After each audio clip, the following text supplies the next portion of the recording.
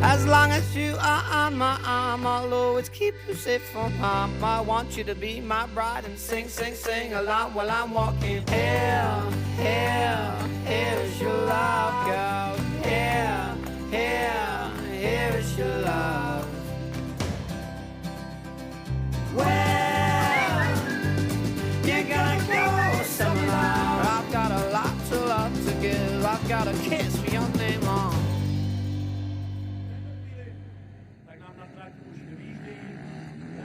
Welcome back to Kramolin. Bradley just turned my microphone button. I keep forgetting to turn it on. The sun is shining here. The track has been beautifully prepared. We've got the second quad race coming up. My name is Barry Nutley. Bradley Hicks alongside me. He's been doing the last 2 GP on his own. He'll be doing the finale in Oost in the Netherlands on his own. But I'm so happy to be here for this, the Kramolin GP. We're here courtesy of our commercial partner, Visit Czech Republic. And the weather is beautiful. I can see why anyone, Bradley, want to visit the Czech Republic. You are the quad man at the moment. Well, I do try my best, but there we can see this is the recap from yesterday's race, and it was full of action and drama, and that is to say the least as well. Here is the number 19 just loading up on the grid there. The German Miro Puccio got some good form, but really in the race question. But, well, the gate dropped then, and into the first corner. It looked as though it was David Sousa, the 112, the local rider who got the whole shot, but Kevin Starr, look at him right there, into second place, around the outside, up into first, as quick as you like. And well, Kevin Starr out in front with a championship deficit of 34 points back to that man there, Christopher Tavelo, and well, he knew what he needed to do. Well, there's Norwegian rider. He was trying so hard all through the race, but over the jump they go into the left-hander. It was this close throughout the first half of the race, but I'll tell you what, could it get closer? Could Tavelo get ahead in the closing stages as we approach the half-race distance? Kevin Starr still led the way, and it's around this point where we started thinking towards the back markers. Could they play a part in this race? But there was Tavelo. Look how much mud was covering the front end of the Norwegian rider. 5-time national champion is that man. Patrick Turini, one of 2 Italians here this weekend, holding third place. Paolo Glizzi, of course, the other Italian rider. He was still mathematically possible to win the championship in the first race here, but he was landed down in about 5th place or so. Here we go then, further down the order, there is the 112 of David Sousa, early race leader, who we saw currently in 4th place. Good ride from the Czech rider on his Honda, over jumping into this difficult downhill section for that fast sweeping left-hander. Into the closing stages of this race, the battle at the front really is starting to hot up. We'll turn our attention back to that, but in the meantime, there is the number 17 of Paolo Glizzi, 3rd in the championship, and some points adrift away from our leading duo as we came into this race. But here we go then, the clock had struck 0, and Kevin Starr and Christopher Tavelian right on each of his back wheels. It was an 8-wheeler as they come across the line. 2 laps to go then. Tavelian really did have his work cut out. Kevin Starr, throughout the entirety of the race so far, did a fantastic job of defending that lead. But here we go, into this difficult right-hander turn 4. Almost collecting the rear wheel there of Tavelian was Kevin Starr, but I'll tell you what, look at the speed that Christopher Tavelian is carrying down back straight here, and he's looking towards the inside, over the jumps, and up the inside into the lead. Christopher Tavelian, after a fantastic ride in 2nd place, out in front there with 2 laps to go. Kevin Starr, could he fight back? That was the question. A slow rider just coming into the picture there. But Tavelian and Kevin Starr, look at this, into the final couple of corners on the final lap. Kevin Starr throwing it sideways over the jump. Could he make a move up the inside into this difficult final turn? No, he could not. Christopher Tavelian had that covered over the jump, and it would be Tavelian who crossed the line first. Kevin Starr crosses the line in 2nd place, and right there we can see the gap after 25 minutes plus 2 laps was less than half a second there. But I'll tell you what, the drama was not finished there at all. Kevin Starr came into the pits, and a quick look around and then shake of the hand to Christopher Tavelian. They enjoyed that, but I think it's fair to say that Christopher enjoyed that one more. But drama was to unfold, Barry, as it came to light that Christopher Tavelian would drop down to 4th place in the end. That was such a shame. That was how it looked as we got through the race 1, but it was not to be the case, because there was not a protest, but an infringement of the noise regulations, and Tavelian was penalised 5 places, which was a real shame after such a hard ride, wasn't it? It certainly was, but Tavelian then first across the line, and as you say, 5 position drop, but 4th place due to a few other riders getting the same penalty. Wonderful scenes here, crowd enjoying it, the sun is out. And the viewing platforms here, absolutely brilliant. The track in great form. This is how they line up then for the first quad race. Taveron there, Kevin Saar, Torini, Galizzi, Capuccio, the German with a very Italian name, Kaspar Souza, Czech. The Czech guy is very, very strong. Adam Tuchek looking good as well. Mieszkowski, the Pole, and Kosteletsky in the top 10. Zdeněk Polacek, this is the 11th place rider on the number 63. Tomáš Trojan, Martin Dopita, Michal Gabor, Lukas Prochaska, and of course the Bulgarian Pavel Kashov, rounding out all of these 16 riders here this weekend. A bit of a reduced field for this weekend's EMX Quadcross Championship, but still fantastic action as we've just seen there in the first race. So here we go then. After that protest, we've got an amended classification, and you can see Taveron there now down in 4th place, as Bradley so rightly said. Kevin Saar, yet another victory, moving him on to a 41-point championship lead. He hasn't got to do much, Brad, has he, to bring it home and get the trophy? He hasn't. I think it's, well, he has to ride around really, but for Kevin Saar to lose the championship with a 41-point lead and 2 races to go, well, we hope it don't happen, but anything can happen. That doesn't mean Taveron's going to sit back. He's going to go for 2 victories here. Of course. Because he really wants to go out on a high, surely. This is the final round. Further down the order, and as you can see, Thomas Troyan there, right at the bottom, but just a handful of points. His first outing yesterday, so not bad. He's got 2 more races to make himself look more respectable. So there we go, there is the number 58 of Christopher Taveron, and the Norwegian rider, and just to his left, Kevin Saar, not, oh there he is, just behind Kevin Saar, I can say, look very similar there. But Kevin Saar, the red plate holder, 41 points is the gap between himself and Taveron, with the advantage swinging the way of Kevin Saar. But as you say, Barry, he doesn't have to do much to take this title and make it 4 European titles. No wonder he's smiling. I mean, this is a no-pressure 2 races coming up, in this one in particular, because if he does a half-decent job in this one, it's job done anyway. It is.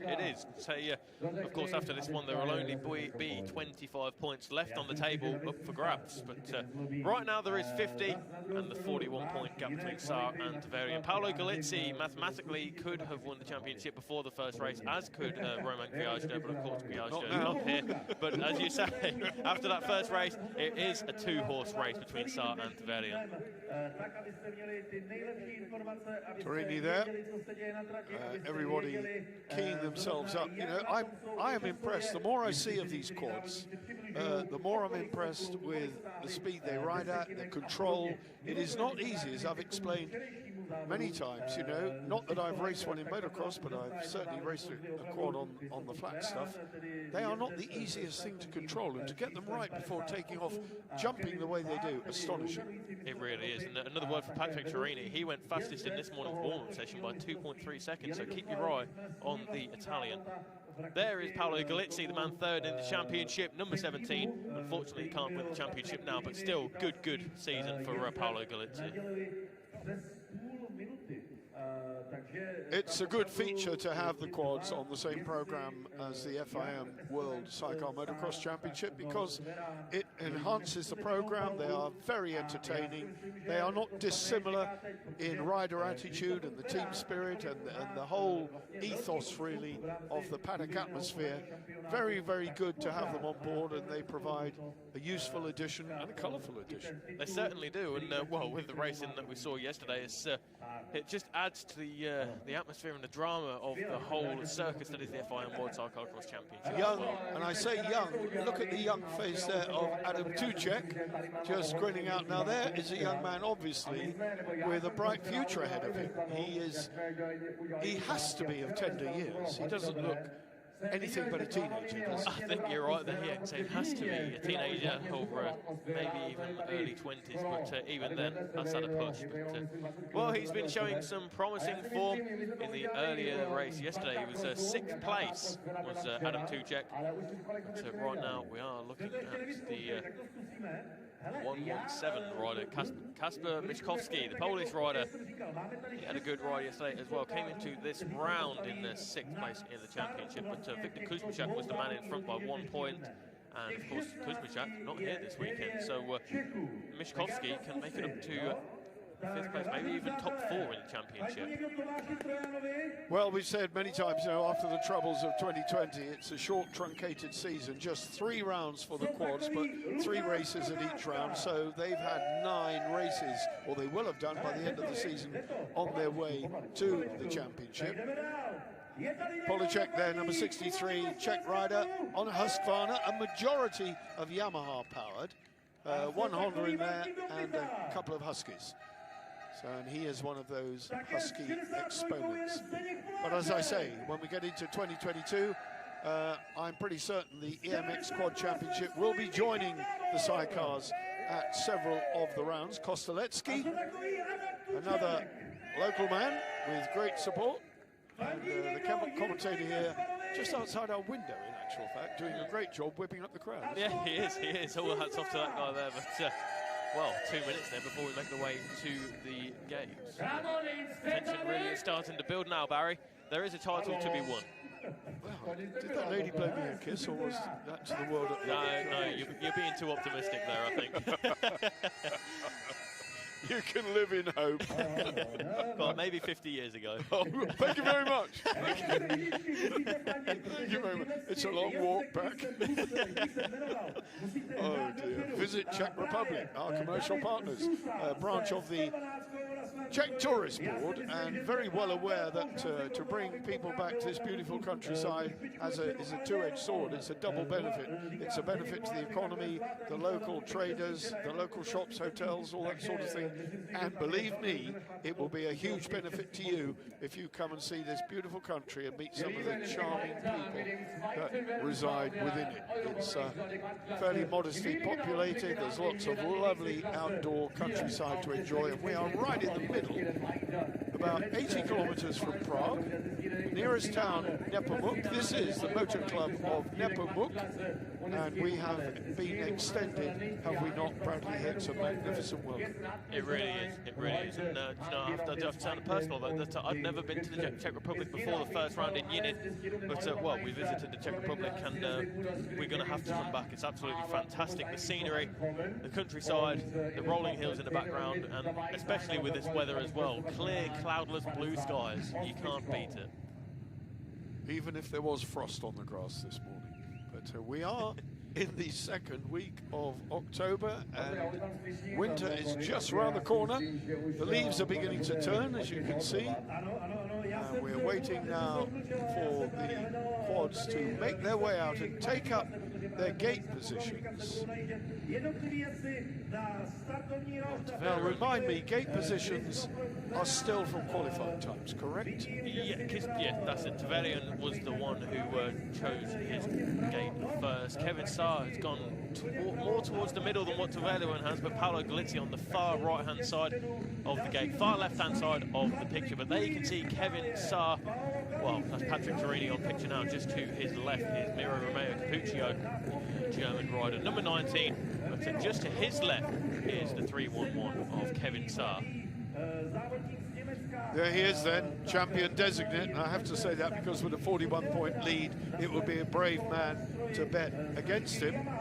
112 alongside David Souza, young Czech local guy. Bradley? Hopefully he can get a good start yesterday, because of course, let's not forget, he did get the whole shot momentarily before Kevin Saar came swooping around the outside. So could he defend that? If he gets the whole shot, could he defend it ahead of them? Adam Tuchek, we just saw in the picture. Jakub Kosteletsky is the man we are looking at now. Kasper Miszkowski with a, well, very, what's the word?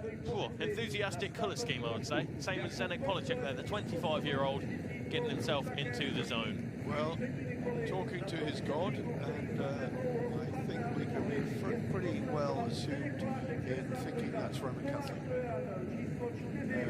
Strong Catholic country. The Poles also very strongly Catholic in their religious belief. Here's our man from Bulgaria, and good to see him. It is. Pavel Kashov's been doing a brilliant job this season, and well, It's good to see the Bulgarian making the trip over. Pavel Kashov coming into this round with 15th in the championship. Here we go then, lining up. And further across, we're going to be looking for Kevin Saar, Taveron, and I wonder if David Sousa can get away. I'm going to let Bradley take these boys off the line. Well, here we go then. The tensions are right and the revs are building. Don't touch the gate. Do not touch that gate or else it won't go down. But they all have gone down. And where is Kevin Saar? He's on the left-hand side of the picture, coming up the inside now. Oh, that was the number 17 of Paolo Galizzi. Christopher Taveron is about 4th or 5th place, getting a little bit bogged down in the pack. There is Patrick Turini ahead of Paolo Galizzi, ahead of Kasper Miskovsky. There's Taveron going up the inside of Miskovsky, but out in front. Is that Kevin Saar with the red plate? Indeed, it is. The 311 leads the way. He needs to, he needs to ride around ready to take the title, but what better way to win the title than to take the race win? And he's certainly got himself off to a good start. Who is that there in second place? Looks like Patrick Turini ahead of Paolo Galizzi, the Italians in second and third. Christopher Taveron and the Norwegian in 4th place, just ahead of the Polish rider Kasper Miskovsky in 5th. What is Kevin Saar's trick at getting it off the line? It doesn't he gate? It's incredible, isn't it? I mean, all the tyres are the same size wheels at the back. He just knows his grid position, he knows his machine, his anticipation is fantastic, and he's a rocket ship off the line, time and time again. He is, and well, it's proving that that is how you win titles and races. But I'll tell you what, Patrick Turini, the man in second place there, the number 15 rider, he, as I said in the team presentation, went 2.5 seconds quicker nearly than the chasing pack in this morning's warm-up. And well, Turini, who finished second yesterday, can he take the fight to Kevin Saar and take some points away? Taveron, that is what he would want, but Taveron just getting to that right-hander, getting the inside wheel hooked up a little bit on the inside, but wow, fantastic stuff. Here they go then.